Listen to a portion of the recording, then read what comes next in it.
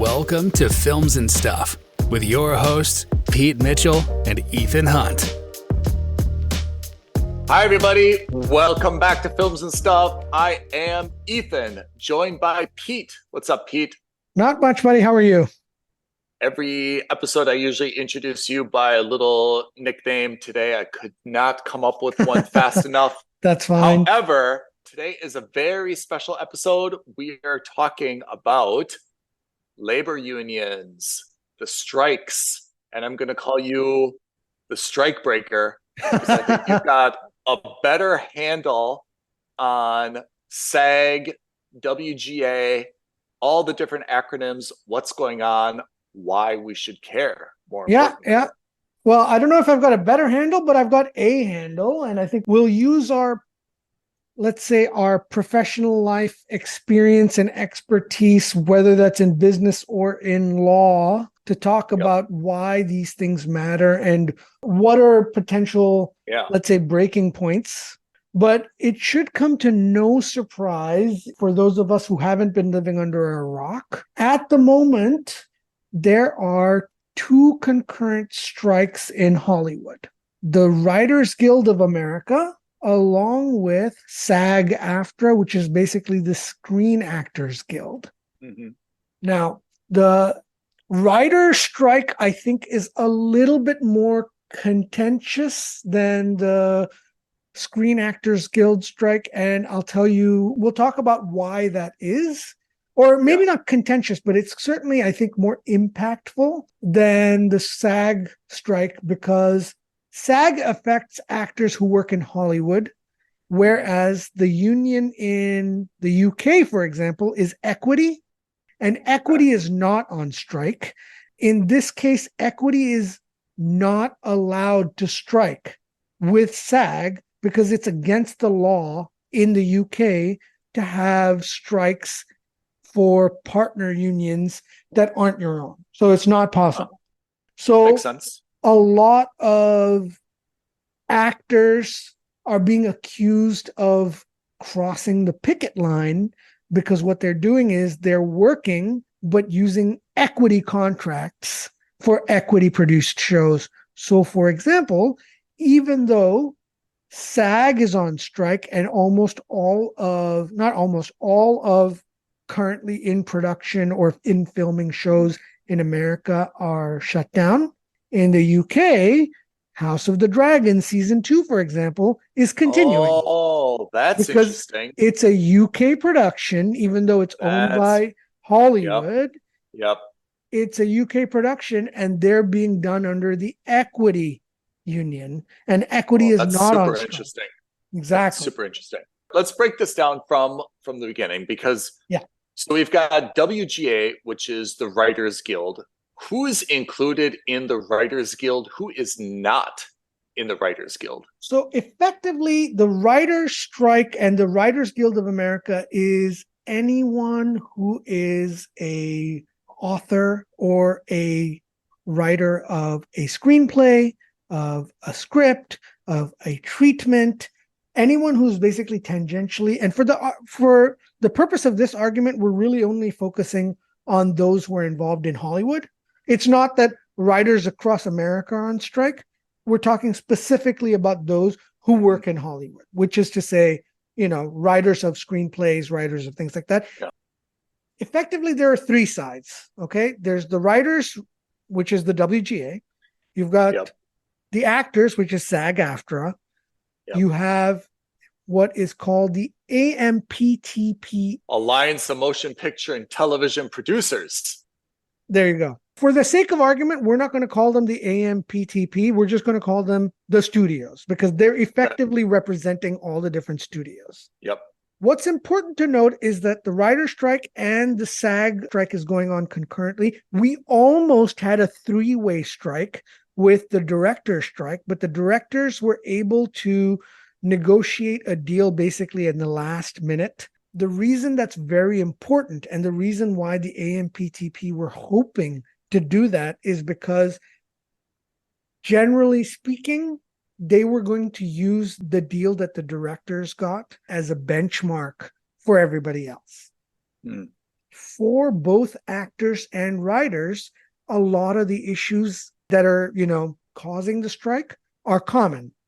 One is artificial intelligence, and two is residuals based on streaming. Yeah. So let's talk about the writer's strike. Let's talk about writers first. So the last time the writer's struck was in 2007, 2008. Yep. That strike lasted, I think, 3 months. 93 days. The writers want a few things. And this, they obviously want a lot of things. And this is not a judgment as to whether I think they're right or wrong. No editorializing. We're just telling you the main points. The main points are they want movies that are released on streaming services to be treated as theatrical releases. Mm-hmm. They want guaranteed numbers of script rewrites and payments for said rewrites. For shows, they want a minimum number of writers for every show based on the number of episodes that TV show is going to have. They want a minimum number of weeks of work guaranteed based also on the number of episodes of that show.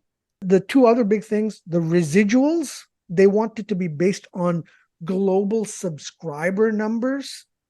So really international numbers, not just domestic numbers. Yeah. They want the residuals to be based on actual viewership numbers and statistics. And they want to ban the use of artificial intelligence wholesale. You're not allowed to use AI for anything. So that's what the writers want. Of course, as you'd expect, the studios are okay with some things. They're not okay with this. So the studios want to increase the residuals for movies released in streamers only if those movies are budgeted at more than $40 million. They've implemented a set of rules for showrunners. The concept of a showrunner is effectively when you have a writer, the writer's job used to traditionally be, I write the script, I finish up the script, I modify the script as is necessary, and then my job is done. Mm-hmm. But in modern days, writers have become a little bit more involved with other aspects of the filmmaking and the TV making process. So not only are they writing the script, but they're acting almost as de facto producers. So they're staying on, they're watching the productions happen. They're giving their 2 cents as to what an actor should say or how the actor should say what they're supposed to be saying. They're providing inputs. They're modifying scripts then and there, they're improvising. So the role has become a little bit more all-encompassing. It's no longer limited to a writer's room. They're also now a part of the set.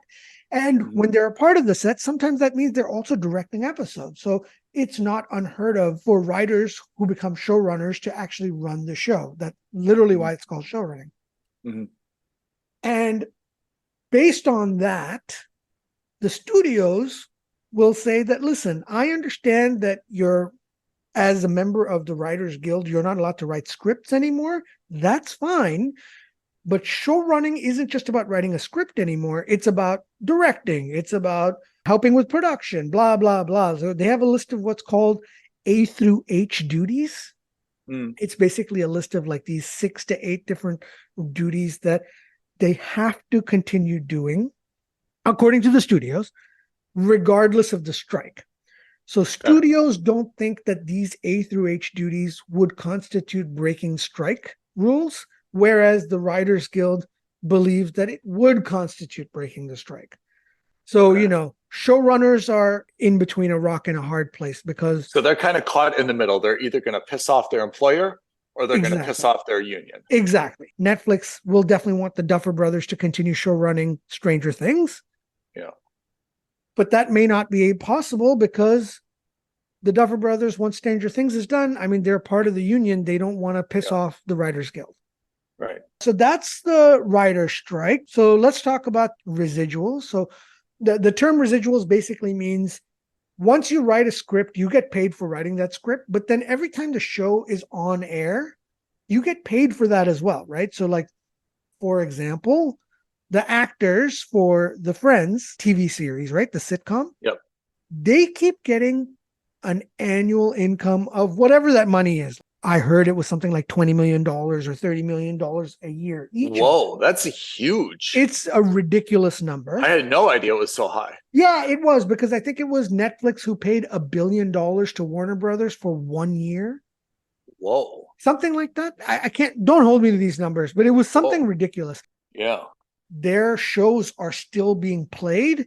They get a percentage of money of whatever Warner Brothers is paid for those rights.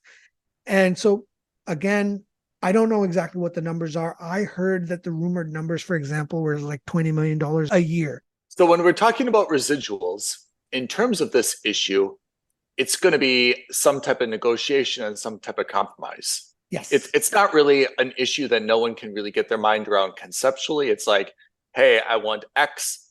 Studios say, I'm willing to give this. And they go back and forth, back and forth, back and forth. And they compromise, maybe not exactly in the middle, but somewhere along that continuum, right? But it's not like intellectually a complicated issue to get your head around. Right? Absolutely not. Where it becomes a little bit complicated is in determining how much screen time those additional shows are getting, right? Or those shows are giving. Yeah. Because now streaming services are all on demand. The studios are hesitant to tell anyone what the exact streaming viewership numbers are. Like, we don't know how many hours a month Stranger Things is generating. We don't know what the viewership numbers are. And they're hesitant to give you that number, because if it's very high, the writers obviously will earn a lot more money. I mean, there's also the practicalities. How many times do we turn on an episode and then after kind of like 5 minutes, we pause or stop it, right? I mean, does that count as a viewership? Do you take it as a view? Exactly. Yeah. Exactly. Okay. So major hurdle for all of these negotiations has come from streaming companies. So from what I've heard and from what I've read, Netflix is actually the one causing the most trouble, because of course they are. They're the biggest streamer in town. You don't want to necessarily open up your books to the writers, to the actors, to the directors. I mean, as a business, I can kind of understand where they're coming from, which is to say, hey, listen, I hired you to do this task. You did this task. I paid you for that task. Yeah. End of story, right? It's, tell me how much it is. I'll buy it. I don't pay my plumber per liter of water used once he's installed the tap in my kitchen. Yeah. Yeah. Once he's installed the tap in my kitchen, I paid him for installing the tap. No matter how much water I put in there, whether it's 100 liters a day or whether it's 100 liters an hour, that's irrelevant to the equation anymore. So on that side, I understand where the studios are coming from. That kind of makes sense. But the frank reality is that's not how Hollywood works. That's not how the business model works. The business model is that the value of the streaming service comes from the fact that the intellectual property was created by this one group of people. They are entitled to earn some revenue on that basis, because it's not just a one and done kind of thing. It's a perpetual thing. Okay. So that's where we are with the writer's strike. Is it, and artificial intelligence. I mean, that's the big thing now. So that's the one that I think is a little bit more than just, I mean, when you talk about the residuals, when you talk about the number of writers, when you talk about the time to compensate the writers, all that is math. Yes. And there will be a negotiation and points pro and against, and there will be some type of negotiation, and that will be done. I agree with you. AI seems to be the one on the table where it's not a negotiation. They really need to understand the scope of what that would even consist of. Exactly. I think this is the one that is more nebulous as a concept, because I am quite sure that the studios, because the studios are ultimately companies. The companies are, they have shareholders, they have investors that they're responsible to, and their goal is profit maximization. And profit maximization in this industry is slightly contradictory to the fact that it's a creative industry, right? How do you judge the quantitative value of a show that hasn't been created yet? So it becomes a difficult thing to do. And I expect that studios want to explore the idea of artificial intelligence, because if you have a ChatGPT 5 or whatever next generation of AI that's capable of writing, and believe you me, ChatGPT 4, the current version, or 3 or whatever it's at now, it's plenty good. I don't think it's the best, but at the same time, for menial tasks, I've used it and it's not a million miles off from where you'd want it to be. I would suggest that for every 10 minutes I use ChatGPT, or I've used ChatGPT to generate text, I needed no more than 2 or 3 more minutes to modify it to make it the way I want it to be. My sense about AI, and this is a global discussion. It's just not limited to writers, which is, this is a new technology, and it will have opportunities to shift job responsibilities and job staffing. And I think it's possible, or even likely, that a artificial intelligence engine can certainly do some writing, and it may, in some cases, probably eliminate the number of writing jobs. Yeah. But I think, again, you mentioned it, which is, this is a profit-driven business. To the extent that AI creates shows that are not interesting, to the extent that it creates dialogue that is nonsensical, to the extent that it creates plot that is not unique or interesting, this is an industry that's always going to gravitate for things that are in demand, that are new, and that are, desired by people. And if human writers can do that, they will be hired. If they cannot, they will not be hired. So this is a potential shift. But to be honest, there's not any single career in the world that artificial intelligence, or let's say technology, cannot in some cases change it, right? Whether it's doing research as a lawyer, whether it's doing calculations as an investment banker, whether it's doing procedures as a surgeon, whether it's flying an airplane at cruising altitude as a pilot, there is no single profession that's probably immune to technology supplementing it. So I think that to deny AI is being ignorant to the future. I mean, at the same time, maybe there needs to be some parameters around it, but I don't think it should be viewed as only a threat. It's just a technology that's somehow going to be integrated in the creative process. Or maybe it can't. I mean, AI is certainly strong enough to create episodes in movies right now. It just can't create anything of value. It can't create a cohesive, unique, interesting, non-copyright infringing plot. It cannot. And the counter to that is that the number of shows and movies we've seen in the last year, 2 years, which have just been absolutely critically and commercially flops, right? I mean, like, there are movies and shows where you and I have spent hours upon hours discussing how bad they were. I mean, these were all written by writers, right? By human beings. They made some fundamental flaws, or maybe they had some sort of social agenda driving them. And to that extent, I think a lot of other people are going to come out and say, hey, listen, 9 out of 10 of the current Disney Plus shows right now are all terrible because they're pushing some kind of agenda. Again, these are not the views of the Films and Stuff podcast. I'm just saying that there are people out there on both sides of the spectrum, on any side of the spectrum, which are going to come out and say that that's what Hollywood is all about. Is it's about promoting ideologies. Fine. I'm okay with that.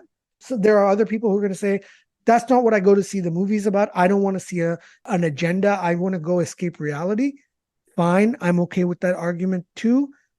I think we've made it clear time and time again, Ethan and I are fans of good shows. We don't care. Good entertainment, yes. We're not interested in agendas. We are not interested in no agenda. If the show and the movie is good, great. That's all we're interested in. That's all we're interested in. We're not looking to say, hey, I think we need to promote this ideology, or hey, I think we need to hurt this ideology. None of that matters to us. Obviously, we don't want to hurt anyone, but in the sense that that's not what I go to see the movies for. That's not what Ethan goes to see the movies for. We're not going in there to reaffirm a certain political viewpoint. If that's what we really wanted, we could stay at home and stick to YouTube or listen to other podcasts. In that sense, I have a little bit of an anti-union bent to me generally. Yeah. I mean, certainly they're important to generally safeguard rights. It's very difficult when you're one person to stick up to a larger industry, but there's a lot of people that work in a lot of industries where there is no protection, right? I mean, whether it's doctors or surgeons or business people, I mean, there's a lot of folks out there who compete without these protections. Writers are valuable, but to the extent that you're a good writer, and to the extent that you've worked really, really hard, and it's not easy to be good in any profession, but to the extent that you're very talented, presumably you are treated well and you do have some negotiating power. Hopefully this is resolved quickly. Hopefully there's a compromise in all the different demands. But I think in terms of AI, I'd like to see AI embraced more. And let's see if we can use this to create some more interesting content and not try to omit a technology that we're not really even sure what its capabilities are. If we just look at it as replacing people, I think that's a really terrible view. I mean, you could say the same thing about kind of almost any other technology, right? The internet obviously replaced a lot of, writers. You don't need to have 12 people in a room anymore to know all things about all things. Now you can have 6 people because generally people have wider views of reference because, there is an internet, able to kind of supplement, their experiences or their knowledge base. Yeah. And if you're looking for an example, a real world example, the TV series Secret Invasion on Disney Plus. Oh boy, here we go. It was criticized heavily because the intro for that show was created using artificial intelligence. No way. Is that true? Yeah. So what they did was a bunch of the writers and a bunch of the producers and visual effects artists got together, working with the writers, by the way, and said, hey, we've got this idea. We want to use artificial intelligence.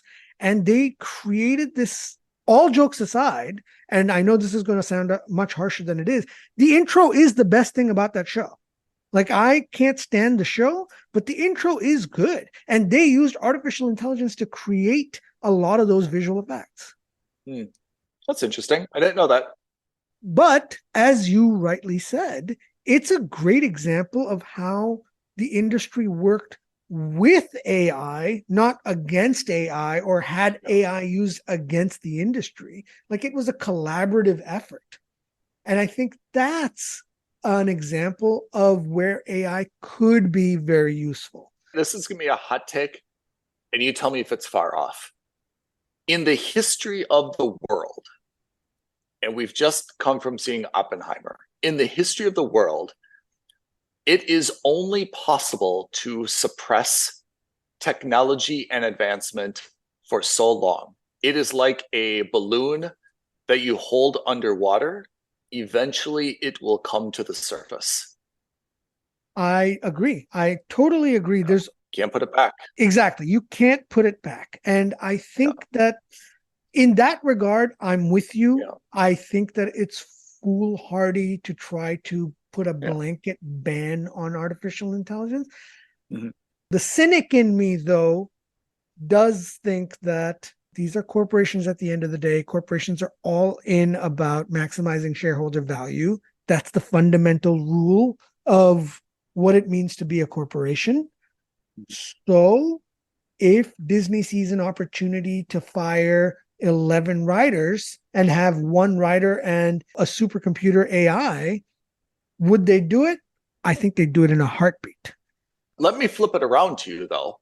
As a consumer, wouldn't you feel shortchanged if you are being fed content that's created by 11 people and it's so-so, rather than being given content that is specifically tailored for your interests and is actually better? That's the $64,000 question. Yeah. That's the argument that studios are going to use. And Yeah. I don't think that's a far-fetched argument, especially in a creative endeavor. The goal should be create the best product. And if the best product means you need to use AI, then by all means, use AI. Pete, let's imagine you come visit me in Dubai and I take you out for dinner. Yeah. We go to a restaurant, we sit down, you look at the menu, and it's got this few pages of choices, right? Mm-hmm. And whatever you order, it's created by physical chefs in the kitchen. And you're stuck. You've got to choose one of those things, whether it turns out good, whether it turns out bad. You may love it, and the next night we go back to the same place, order the same thing, and it's a little bit different. Compare that to the fact that we would go to a restaurant and it would be like the Samsung robotic chef. You would put in your preferences for different foods and ingredients and allergies, and it would create something that's bespoke for your palate, your dietary restrictions, what you like, the mood. And you could get something customized for you, and it will turn out the same every time you order it. Right. Wouldn't you think it's silly that you would go to a restaurant with humans that are cooking the same thing that you're stuck from the menu, rather than going next door and having something that's prepared for exactly the different tastes that you have? Yeah, look. So again, on paper, what you're saying, I get it. And to a certain degree, I certainly accept it as well. Yeah. The question becomes a little bit more philosophical in nature, which is based on this Samsung chef that's able to create a bespoke dining experience for everyone everywhere from now on. What happens to those chefs and cooks and those sous chefs and those waiters, whoever? What happens to them? What happens to their value? I mean, Pete, before the advent of the dishwasher, there were probably people that were employed in the kitchen to manually wash and dry dishes. Yeah. And if you told anyone now, we have to get rid of dishwashers, it took away jobs, I think anyone would laugh at you and be like, that's nonsense. This can do it better. It can do it cheaper. Like, it's not value added work. Why would you get rid of dishwashers? It's better for everybody involved. So again, that's a technology. AI is a technology. It's going to eliminate some jobs, but I don't think we should use that as a negative thing. I think if you're a writer, you're going to have to come to grips with it, and you're going to have to find a way to adjust your career just like I do, just like you do, just like everybody else does, and find a way that you can coexist. AI isn't autonomous. It doesn't just say, hey, we need another, Virgin River show. We need another, The Last Thing He Told Me show. Someone has to be behind it, giving it, the inputs and the ideas, just like the menu. It has to say, like, look, create something that's beef, create vegetarian, create something that's gluten-free.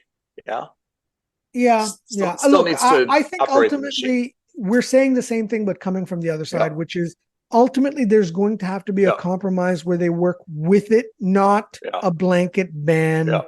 And even if they are able to successfully blanket ban it now, it's not going to stay this way forever. No. I think that even if the studios acquiesce and say that, fine, for the next 3 years, we're banning AI, or for the next 6 years, or for the next 9 years, there is going to be a time where eventually the studios are going to say, hey guys, enough is enough.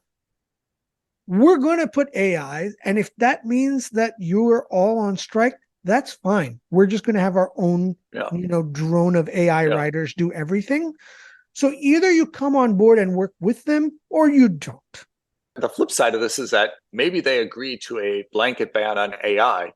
That blanket ban doesn't apply in any other country or to any other non-unionized group. Yeah. And it doesn't prohibit Netflix from saying, look, we're just not interested in any of your content. There's this AI studio in Paris or London. It's creating great stuff. We're just going to buy everything from them. Yeah. That's exactly right. That doesn't help anybody. I mean, again, it's a very localized solution. And maybe in the past, almost all the world's entertainment content did come out of Hollywood and WGA, but that's really no longer the case. That is definitely not the case any longer. You're right. That's exactly right. I think we've seen with the explosion of streaming services, we've also seen an explosion of content from hundreds of other places. Right. So I think that even if the writers are able to win today, this is ultimately something that's going to be a losing argument for them. For sure. Should we contrast now the Writers Guild versus the Screen Actors Guild? Yeah, this is an interesting one. Strike. This is an interesting one because the AI rights are exactly the same issues, but instead of writing now, this is for the visual aspect of AI and voiceovers. Right? And especially voiceovers. Studios effectively want the unlimited use of artificial intelligence rights for an actor's likeness. This I see more of a problem. I think what they're going to do is they're starting off by saying, hey, we just want the rights for extras, and we'll hire an extra for the day. Yeah. We'll scan their face, and then we're going to have that face in our hard drive forever. And anytime we need, 10,000 extras in a battle sequence, guess what? We've got 10,000 or we've got 100,000 faces that are scanned in our hard drive. We can choose randomly any one of them and put them in there. Yeah. This becomes, I think, more problematic. Yeah. As you rightly said, the other issues that the actors want, which is, an increase in pay, increase in residuals, these are all points that can and will be negotiated. Right? Because they're all numerical or practical and logistical issues. Mm-hmm. The AI issue is one that now becomes one where the studios are overtly talking about, you sell us your rights to your visual appearance and your voice, and then we never need you again. What's your take on this? We both saw Indiana Jones. Yeah. Which used the de-aging. Yep. And I'm going to use de-aging as a substitute for artificial intelligence and say, look, had Harrison Ford passed away, they would be able to make that same movie by digitally creating a Harrison Ford. I guess what I'm okay with is each actor deciding on an individual basis if they want to sell their rights, and extras as well. I mean, I think that if, Hollywood studio came to me and said, hey, Ethan, we want to use you as an extra. We'll give you $1,000 and we'll be able to use you perpetually as an extra. I mean, I don't know if I would take it, but a lot of people would, because in a way that's free money. If they'd be an extra in one movie, they'd be paid a much smaller amount. I don't think they necessarily would be worse off if they took kind of a lump sum deal and a bunch of folks just decided that they wanted to be perpetual extras. And I don't see if it would necessarily hurt anyone either. Like as a viewer or a film or entertainment fan, I'm not sure if a coliseum of extras, I'd ever be able to be like, man, those are the exact same faces I've seen in the last movie or the last movie. I imagine that they'd be able to get enough extras digitally that they'd be able to always kind of keep it fresh, and I wouldn't even mind. So in that sense, I'm not sure if I'm really bothered. For working actors or A-listers like Harrison Ford, I guess I would let it be entirely up to them.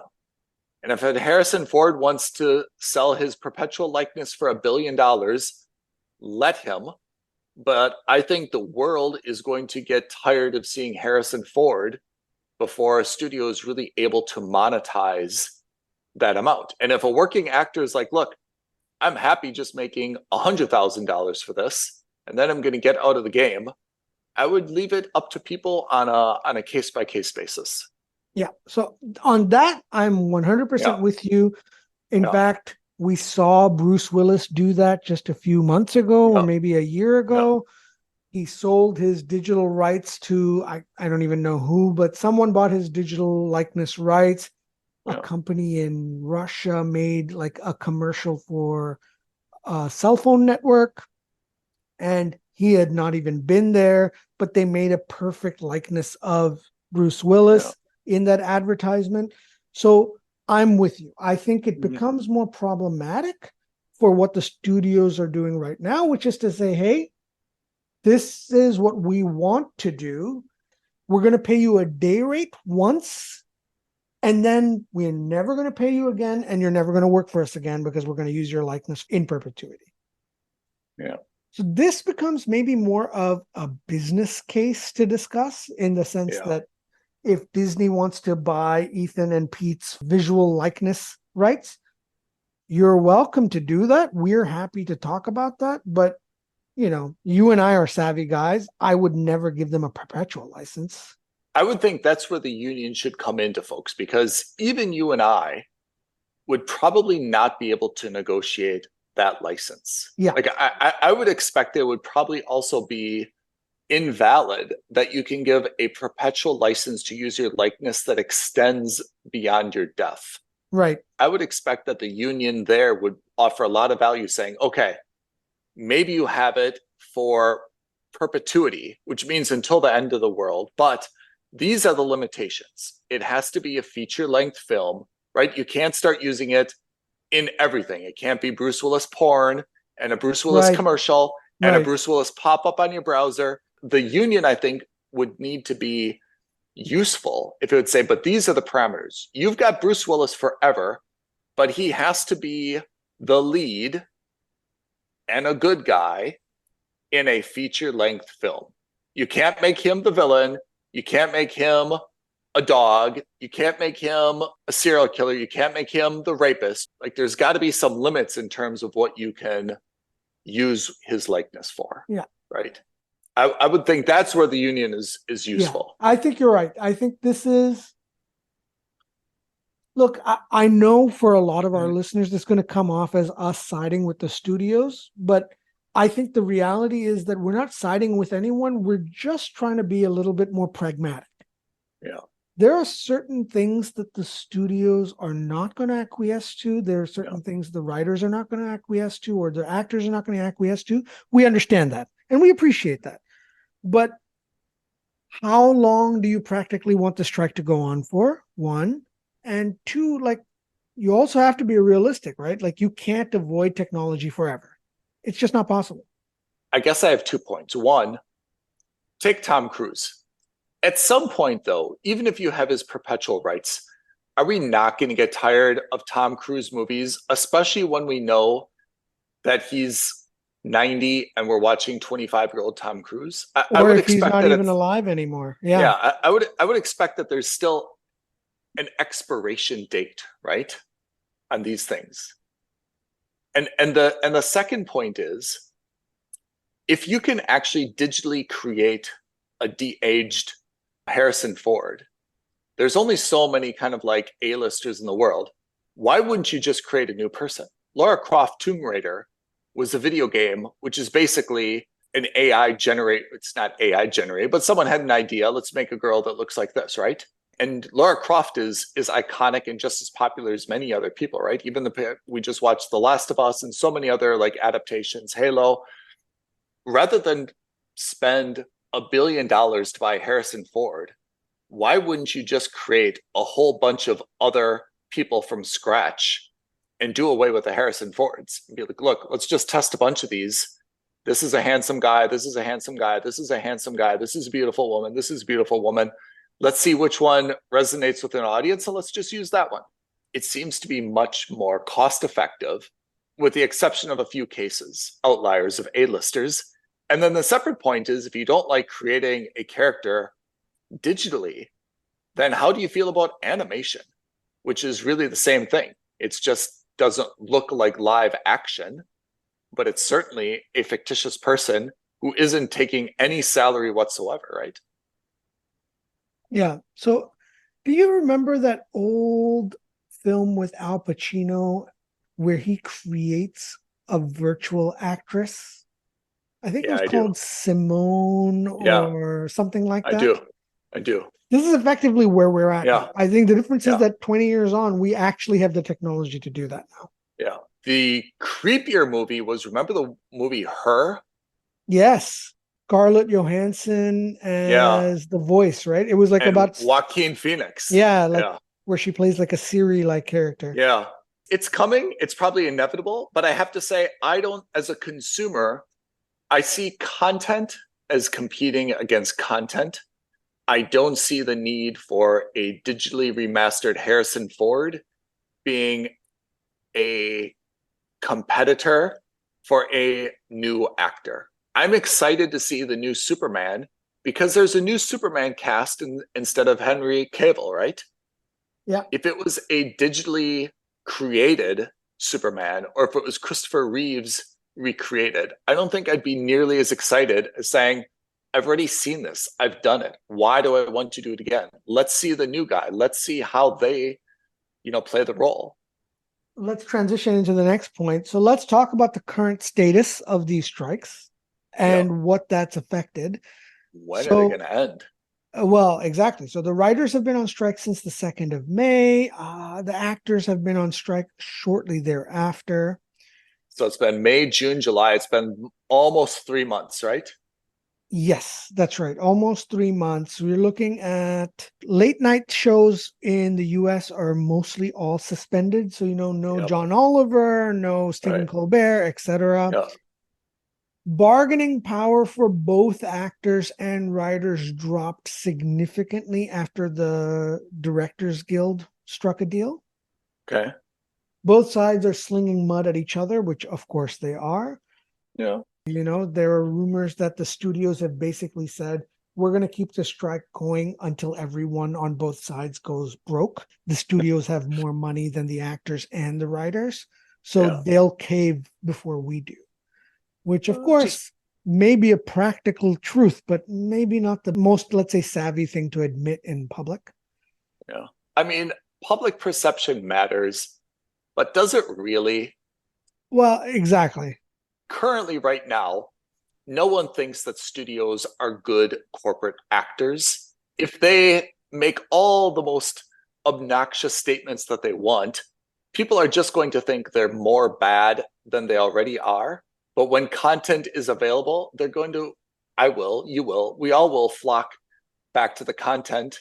I think it's a very minor risk from the studio, apart from the fact that they could potentially be alienating their talent. And there's going to be a big, maybe period where there's not enough content being generated.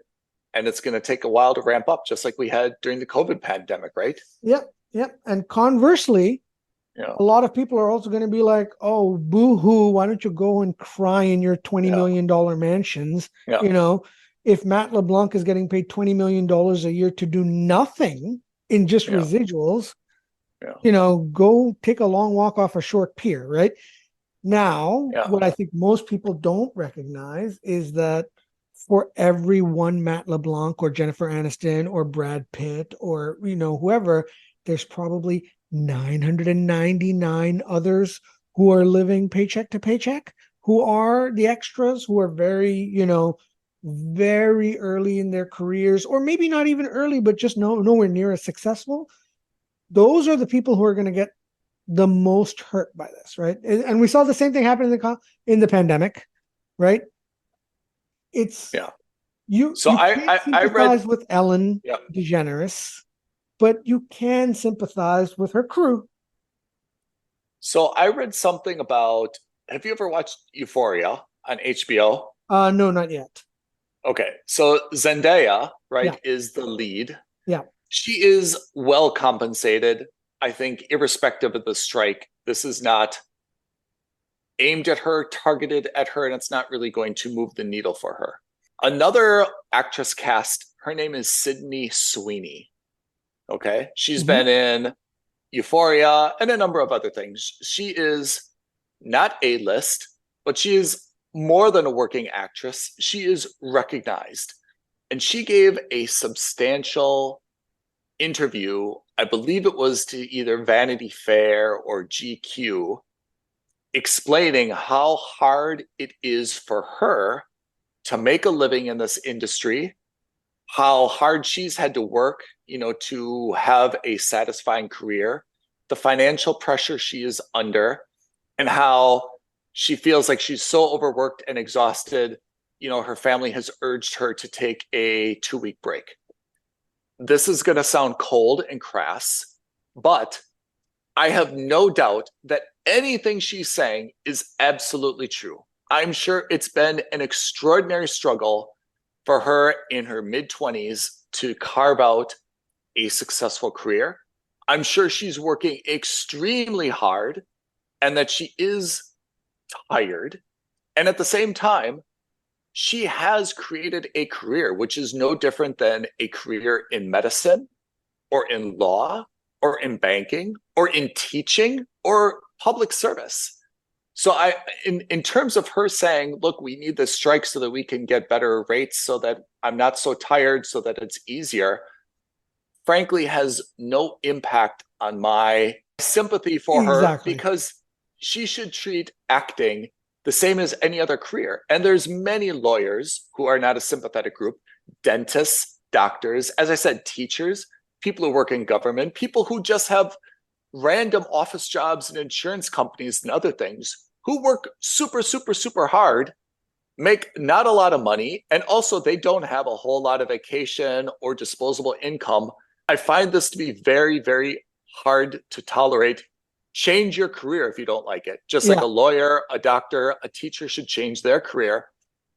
I feel more sympathy for the people who are like the crew, the gaffers, the lighting, those folks, which, to be honest, they don't have as much money as Sydney Sweeney, where she can say, hey, I'm going to change my career, right? She could go into an adjacent career, whether it's broadcasting, whether it's publishing, whether it's media or something else.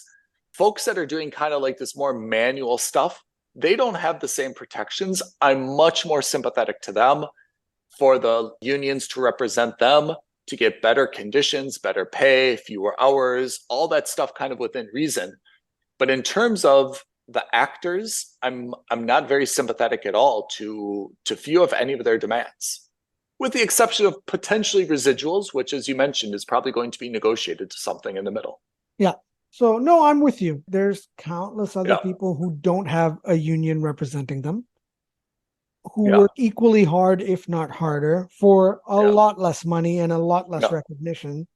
Yeah. So, yes, in that regard, I agree with you. As someone who's not in the creative industry outside of this podcast, it's a tough pill to swallow when you hear about these actors talking about how hard their lives are. Yeah.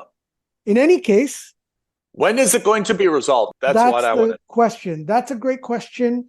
The long and short of it is, I just don't know. It really depends on how long the writers and the actors can hold out.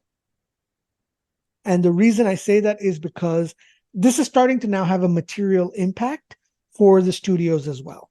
Andor, House of the Dragon, and Rings of Power, they're filming right now because their scripts were submitted before the strikes, and most of their shows are being filmed in Europe. Yeah. Okay. Other shows, for example, Hacks, Cobra Kai, Stranger Things, have either been delayed or have stopped filming altogether. Movies, Avatar 3, 4, and 5 all got delayed by a year each. Avengers 5 and 6 got delayed by a year each. Mm-hmm. Blade, delayed. Captain America 4, delayed. Fantastic Four, delayed. Citadel, which, I'm sure we're all looking forward to, delayed. Other movies that were in pre-production or were in production, Deadpool 3. Oh, yeah. Middle of filming, they've had to stop. Beyond the Spider-Verse, the sequel to this summer's movie, they hadn't finished or they hadn't even started some of the voiceover acting. That's obviously going to stop. Gladiator 2 stopped. Wicked stopped. So look, the longer this strike goes on, the more of an effect this is going to have on the release schedule. It's just going to snowball. Yep. It's only going to get worse and worse. Like if it were done in like a week or in a month's delay is tenable. But 3 months, that's long enough where now actors have to shake the cobwebs off, right? Like production studios have to shake the cobwebs off. It becomes tougher to get the machinery started up again. You're right. You're absolutely right. Yeah. The longer things are dormant, the more things can also impact them. There's nothing to say that the same location is going to be available when you're ready to start shooting again. Same location is available. The same actors are available. I mean, look. Well, the weather definitely changes. I mean, if you're shooting in Chicago, you got to get that done now, because if you wait 3 months, the weather in Chicago be in the middle of winter. Yeah. And not just that, like superhero movies, which is now a large chunk of film production, actors like literally starve themselves and work themselves out to look a certain way. How long can you expect Hugh Jackman to look the way he does, or Ryan Reynolds to look the way he does while they're on strike? Can I just make a very good point here, though? Well, I'll make the point. You tell me if it's very good. When we talked about kind of like digitally rendered actors, there's something to be said about watching an actor who's gotten particularly big or small for a role versus watching AI creating someone who's just ripped with muscles, or a woman who's super voluptuous. There's much less, I think, interest in something like that when you know it's just created and it's fabricated. Whereas seeing Thor, seeing Wolverine, and seeing someone like that, you're like, wow, that's impressive. Like, that person really got fit for this role, or that person really did this for that role. Yeah. They shaved their head, they grew a goatee, like all that physical transformation still elicits the oohs and ahs from the audience. Whereas if you just see a rendering of Bruce Willis with massive muscles, you'd be like, what's the big deal? A computer created that. Like, it's not interesting anymore. Yeah. Seeing Tom Cruise run and do a stunt, the interest is that, like, dude, that guy's real. Like 50 and he's still doing it, or 60 and he's doing it. If you show this in 50 years and it's Tom Cruise running, you'll be like, ho hum. It's not actually a stunt anymore. It's just a digital rendering of him. There's also something to be said about replacement is different than a substitute, right? Yeah, I agree. I totally made that up. I'm not sure what it means, but you get it. No, but fundamentally, I agree with you in the sense that it's almost like the video gamification, right? Yeah. Why have Tom Cruise? You might as well put Mario in there, or, Sonic or somebody else. It's the same thing. That's right. Anyway, so that's the gist of it. At the time of recording, there are no signs of the strike letting up. No. Fran Drescher has really, as the head of the SAG union, has led the charge. I think public perception on average is probably meh, who cares? Yeah. But for those who are even tangentially related, the studios are the ones who are looking in terms of PR are coming off as worse. Yeah. But, again, to the average Joe, it's kind of hard to get on the side of Hollywood. I think the whole thing probably is, at least for me, a little bit ho-hum right now. I think probably until we get to the autumn and we start to see some things like being canceled, like some announcements being made, whether it's by the union or by the studios. I think until that really hits and you say, hey, we were hoping to release this then, not going to happen. That's probably when it's going to hit you and I a little bit harder in terms of, well, this is starting to get annoying.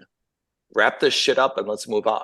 Yeah, well, exactly. Public pressure is going to come up big time. The question is, who is that pressure going to fall on? If I had to put money on it right now, it's probably going to be the studios at this very moment. But again, there are no real winners to this argument. No one looks particularly good in this argument. Get ready for a lot more British television. Which I'm fine with, generally very high quality. So let's keep tabs on this. Maybe in like 2 weeks, we can check in on this again. If you guys have an opinion on the strike, if you think that, the actors are wrong, or if you think the writers are wrong, or if you think the studios are wrong, reach out to us. Let us know. We're genuinely interested. We're looking at this from a totally different, let's say, more pragmatic view. We're looking at this as content fans. We don't have a dog in the fight, even though we're creating our own podcast. Frankly, you and I just love great films and movies and entertainment culture, right? We don't want anyone to get hurt. We just want this thing to be over, and we want to get back to doing what we love most, which is talking about movies, right? So should we sell our digital rights where people can create the Films and Stuff podcast without That's right. us? That's a real question, though. What would we do if, I'm going to make this up, Sony said, hey, we love your logo. Pretty cool idea. We'll digitally remaster everything. Let's just make it up right now. And not a binding contract. What amount would get us to take it seriously? What is the number? I don't know. God. If they emailed you and said, hey, Pete, love your stuff. Give us 100% of the rights to Films and Stuff, $50,000 US. No, 50,000. Get out of here. Would we at least have a conversation about it? Oh, yeah, you and I definitely would. We'd print it out and probably frame the email. But for 50,000, are we doing that? I think we probably say no. If they said 5,000, you and I would both laugh and be like, no. 50,000, we'd at least be like, no, but we wouldn't really laugh at it. We'd be like, hey, thanks for writing. Yeah. We could be convinced, but not that. Yeah. 6 figures, certainly we'd start talking very seriously. Yeah. 7 figures, I will sign the contract today. Well, thanks for giving away our negotiating leverage. That's it. Reach out to us, Sony. Listeners, if you have a number in mind, reach out to us. DM us on Instagram at Films and Stuff Podcast. You can tweet at us at F&S Podcast. You can email us aloha@filmsandstuffpodcast.com. But as always, the best way to get in touch with us is to like this video and leave a comment below and subscribe to our channel and hit the bell. All those things helps us out greatly. Thanks, Ethan. Thanks so much. Thanks, everyone. Have a lovely day ahead. And thank you for listening to me and Pete on Films and Stuff. Thanks, everyone. Bye, everyone. Thank you for listening to another episode of Films and Stuff. If you haven't already, please subscribe and review on Apple Podcasts, Spotify, or wherever podcasts are downloaded. Films and Stuff. There is no substitute.